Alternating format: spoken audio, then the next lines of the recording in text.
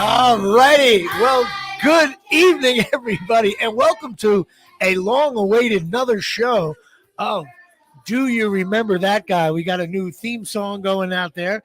We haven't done a show in a long time. I've been busy with other things, but I had to get back to it because, listen, I love to discuss Do You Remember That Guy? My name is Jimmy Palumbo, and my co-host on this fine show is Coach Rick Antori. What's up, buddy? How you doing, Jimmy? It's been a long time. It's been exciting, a real long though. time. Coach Rick, of course, you're over at, he's a head baseball coach at Clark State University. And we haven't, listen, one of the reasons why we stopped doing this is because it was the middle of his baseball season and he had to coach a team. Yeah, but we had rainouts. I got screwed. You guys fared well. How did you do? Well, when we last did a show, we were 17-9. Well, Okay. we were 7 when we last did a show. We finished the season 30-12. Wow, there you go. And we officially, for the first time in Clark State history, won the conference. Nice. So we're getting awesome. Banners and stuff like that. I understand they have manager of the year, and who won that award? I did win coach of the year. It was nice. There it was you nice. Go. There's one coach of the year. I had a number of players win some awards. We had player of the year. Kenny, the center fielder. Pitcher of the year was Jacob Savina. There you go. Number of all conference guys. A couple of Gold Glove winners. It's been great. It cost me $5,000 to get those awards for you guys, so don't worry about it. Thank you. That's great. I'm glad you had a great first season. I was happy for you. I was following along. Occasional text from you. But it's time for Do You Remember That Guy? What we do on the show is simple. I take a Yankee and Rick takes a Met. And we talk about guys who played after 1975. And they could have started before 75, but it's got to be, so we're not talking about like, Lou Gehrig kind of guys. And there's no Jeters or Piazzas here. And it's just about guys where you're sitting at the bar and someone brings up a name and someone says, you remember that guy? Or there's something unique about what he did, blah, blah, blah. So you know what? I'm going to go first. All right. Because this one is interesting. My guy played for the Yankees in 1977. Oh, he played 16 seasons. Okay. Ending his career in 1986. He was a DH, a righty. He played the outfield and he played first base when he was younger. But in 1977, he only played 8 games, 27 at-bats. He batted .250, hit 4 home runs and 7 RBIs. However, he joined the roster after September 1st and could not be on the playoff roster. Wow. He's a lifetime .236 hitter. He has, this is a kicker right here. If you don't get it, you stink. He hit 422 home runs. Lifetime. Wow. Yep. And in that, in those 8 games with the Yankees, he got caught stealing once. He finished with 1,200 RBIs. And he played with about 5 different teams, ended up having a long career. And that's it. But now there's a little bit of a trick because you really know this guy. Okay. I'll give you the guys he played for. He played for the Giants, the Mets, the Cubs, the Mets again, and then the A's. I know it. Okay. And you and I have had battles on this. Okay, that's why it's a little. We haven't done it in a while, and I always like talking about this guy. And by the way, we're coming here live from the Undefeated Media Studios, and Doug Friedman's also behind it. Thank you. And, Big Doug. So we got a new setup. So, and also we're still with Chop Sports Media, of course. That's where we started. That's what it'll always be. Well, who's the guy? Well, it's Dave Kingman.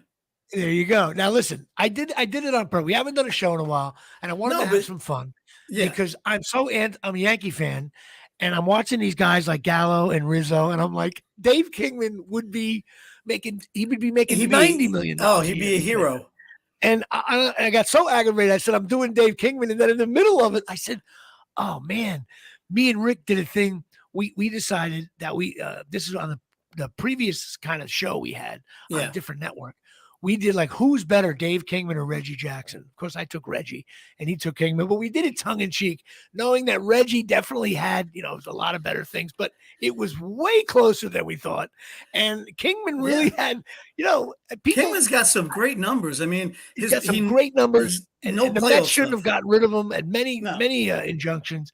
But the fact that I remember, listen, in 77, I was 12 years old. Okay.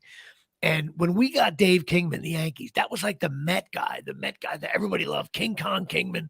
Yeah. And he was on the Yankees. And then I watched every one of those games in September. I just remember it. And he was hitting bombs all over the place at 4. But, he got a bunch of doubles. He only got like 6 hits, 4 home runs, and 2 doubles. And he didn't even strike out that much. He had like a great little run. And I just loved him. I'm like, he would have been my favorite player the next year for sure. Him and Reggie. It would have been great to have him and Reggie in the lineup at the same time. It would have been bomb city there. But of course listen, Kingman started out with the Giants, then he ended up with the Mets, and then of course he was traded in that famous Midnight Massacre. He went to the Padres for Bobby Valentine and Paul Sievert, and then Sievert got traded for Zachary and Doug Flynn. But the Mets got Joel Youngblood that day. Met fans, which I'm not a huge Met fan, although I follow it a little bit, that's considered like one of the worst days, the dark days of that's bad. Met history. Then he went on to play with the Cubs and then the Mets again, and then the A's. And he always had his batting averages were low, but he was not, there's everybody's like, Dave Kingman struck out all the time. Yeah, but he had he drove in runs, and he's much better player. He's one of the few players, in my opinion, over the last 40 years. No, am I saying 50 years, really, that he was better than people give him credit for. Right. Was he great? He's not a Hall of Famer, but he was not a bad ball player. No, but he played multiple positions. Most at the first base and the outfield, could play third. He even pitched in a game, I think, with the Giants. Pitched in a game, right? But the thing about Kingman, which is great, he finished his career in Oakland, and in Oakland, his last 3 years, he had over 30 home runs a year. I know. So in Oakland's a terrible place to hit. And they didn't re-sign him. He thought they were going to re-sign him. And then now the one thing about Dave Kingman I've kind of read. He's a terrible clubhouse guy. Yeah. And I think nowadays he would have been accepted, but back then he was grouchy. Ornery. Grouchy. He had an attitude. You know what he's like? He's like your average person on Instagram now. Yeah. And but Dave Kingman definitely wasn't a clubhouse guy, a little bit of a jerk in the clubhouse. But you know what? There's a lot of jerks out there. There is. But if you remember, up until the steroid era, which we and I've talked about, he was a great trivia question. Is who's the only player with over 400 home runs not in the Hall of Fame? At one point, 422. Yeah. I'm sure there's a few. But, I want to tell you, before we get to your guy, we actually have a sponsor now on the show. Oh.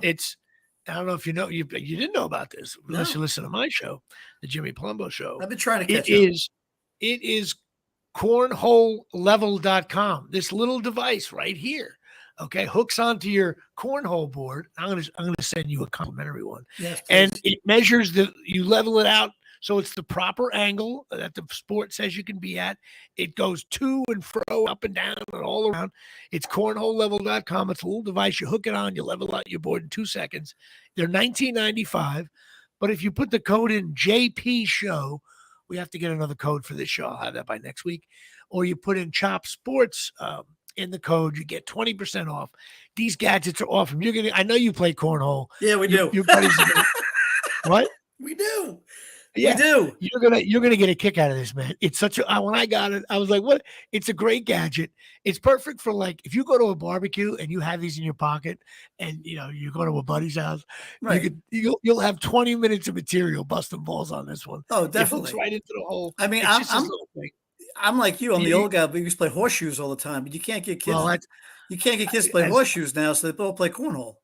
Well, that's the thing. My buddy Mike Caprio's company, cornholelevel.com. I mock him out. I like to mock out my sponsors because I'm like, in the old days, men played horseshoes when you had to keep the kids away and it was clanging off the metal. Now everybody's like, you want to play cornhole? And they flip this thing, But if you do have a cornhole board, this is it. So I just wanted to get our sponsor out of the way. And of course, we are always sponsored by Absolute Eyewear. 42 Main Street, Woodbridge, New Jersey, 732-326-3937. Full service opticians. And they got everything over there. You get a discount when you mention my show. And they're great people, Craig and Johnny. I'll be seeing them at the Chop Sports. We're having a big barbecue on June 26th. You're going to be in Ohio, so you can't make it. Actually, but you'll be there. Actually, I'll be in Florida. That's even worse. So you won't be able to go.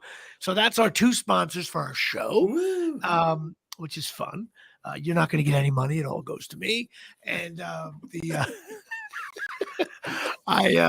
more on that. We'll talk after the show. I know because you're so great about bringing sponsors and the Clark State University. But no, they're a sponsor on Chop Sports, so I just put all their stuff on. All right, now who's your guy? All right, my guy is a 16-year veteran. Okay. Now, I did this thinking, I know in the past you've had a tough time getting the guy right. 16 years he played? 16 years he played. So, okay. What years? He played from 1989 to 2004. Ooh. He had a lifetime batting average of 265 with career 253 home runs and 1,110 RBIs. Guy was a producer.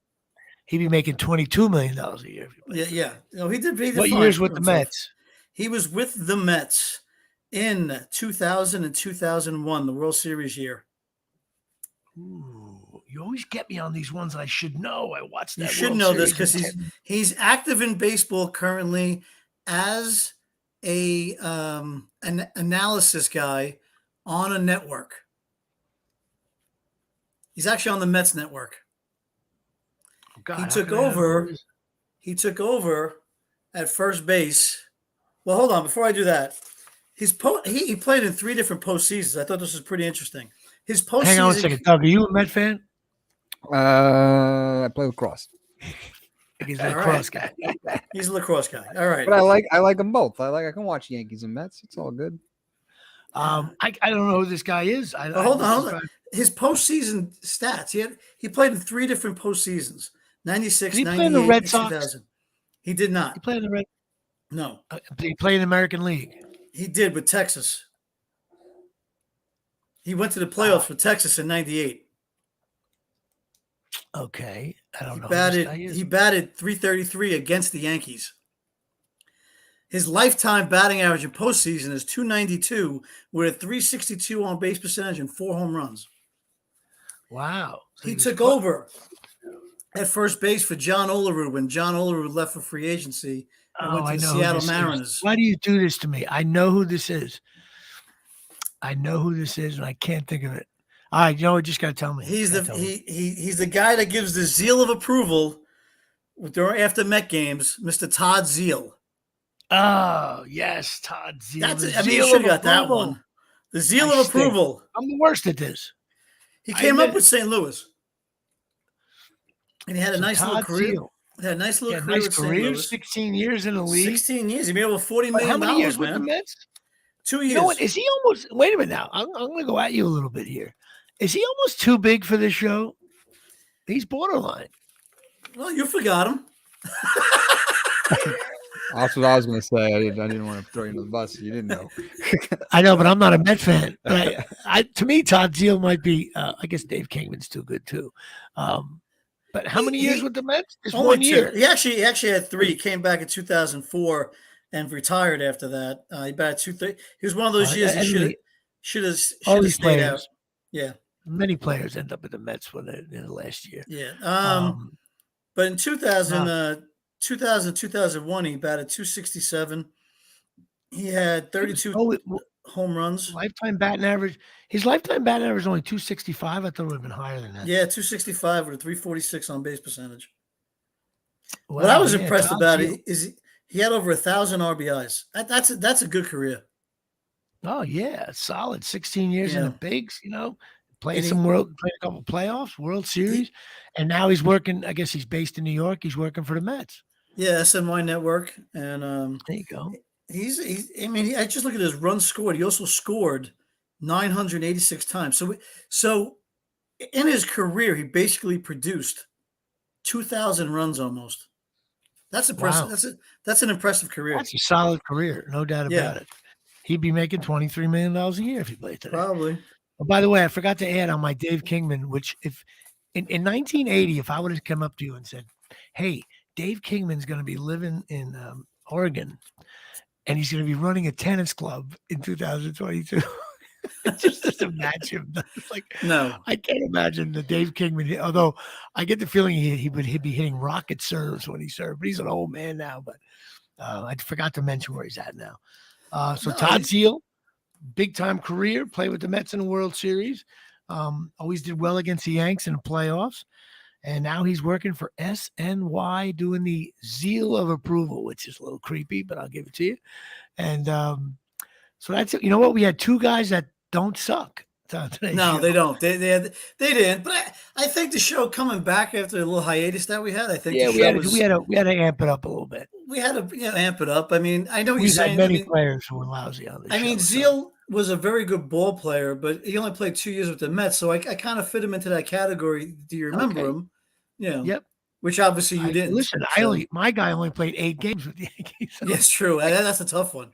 I only knew it because once you said the Giants I knew and the Mets. The reason why I set it up for you that way was because I knew you knew who the guy was. But I was like, how can I say everything about this guy that doesn't read Kingman? But when I said 422 home runs, I was like, oh, that might give it away. Right. But everybody forgets he played for the Yankees. Everyone forgets that. And to be like you brought it up before, and we had a show earlier, maybe about a year ago, it was 2 ago, where we actually the argument with the play argument was, if you're thinking Hall of Famers, Kingman stacks up with Reggie Jackson. And we did strikeouts, we did home runs, did strikeouts, and listen, and at the end of the career, Kingman actually has a better end of his career than Jackson does. But Jackson gets all he's Mr. October. I'm not taking that away from him. No. Listen, the argument is can you imagine in today's game, if you hit 30 home runs for 3 years in a row and he didn't get signed. And then this guy Kingman was such an odd duck. He walked away. I mean, you're talking about there would be at least now, no matter how old, if you were 50 and you hit 30 home runs 3 years in a row, there'd be a minimum $10 million on the table. Minimum. Right. And if you can't, I don't know if you have it in front of you. How many 30 home run years did he have? He had to have about 8 or 9. Right. And 3 of them were at the end and he didn't get signed. Right. That really is a testament what a jerk he must have been. Yeah. I mean, you got, but listen, I know we always got paid well. He had some decent contracts in there for his time. So he probably just said, you know what, I'm going to retire. I got a family now and I'm out. Right. But I can't believe the Yankees didn't go after him. That's crazy to me. I gotta look. You know what? I'm gonna do more research on that. You can't just retire with hitting 90 home runs in 3 years. No way. And it was in Oakland. It was in Oakland. Right, which is hard to hit a home run. Nobody hits 30 home runs. That's a terrible place to hit. You know what? I'll tell you, here's a trivia question. I don't know the answer. How many Oakland A's players have hit over 30 home runs? Not many. No, Jackson, McGuire. I mean, the obvious is Jackson, McGuire, probably Chili Davis, I'm guessing. Canseco. Okay. Who's the first baseman? Since Kingman played? Since Kingman played? Probably Matt Olson. I'm going to go Matt Olson and McGuire and Canseco. I can't think of too many more. That's it. It's a hard place to hit home runs here. Maybe Chapman? Anyway. Maybe Matt Chapman? Maybe. Yeah. All right. Well, that is our show here. Do you remember that guy? Dave Kingman and Todd Zeile. Rick, good to see you as always. Yes. And so next week I'll be talking to you from Sarasota, Florida, where I'm managing in the Florida Gulf Coast League, the Sarasota Tigers. All right. We'll try to put together the show. We'll stick to the time. We'll do it easier. You got it, brother. Have a good week. Do you remember that guy? Take me out to the ball game. Take me out to the crowd. I'll see you guys. Be good, everybody.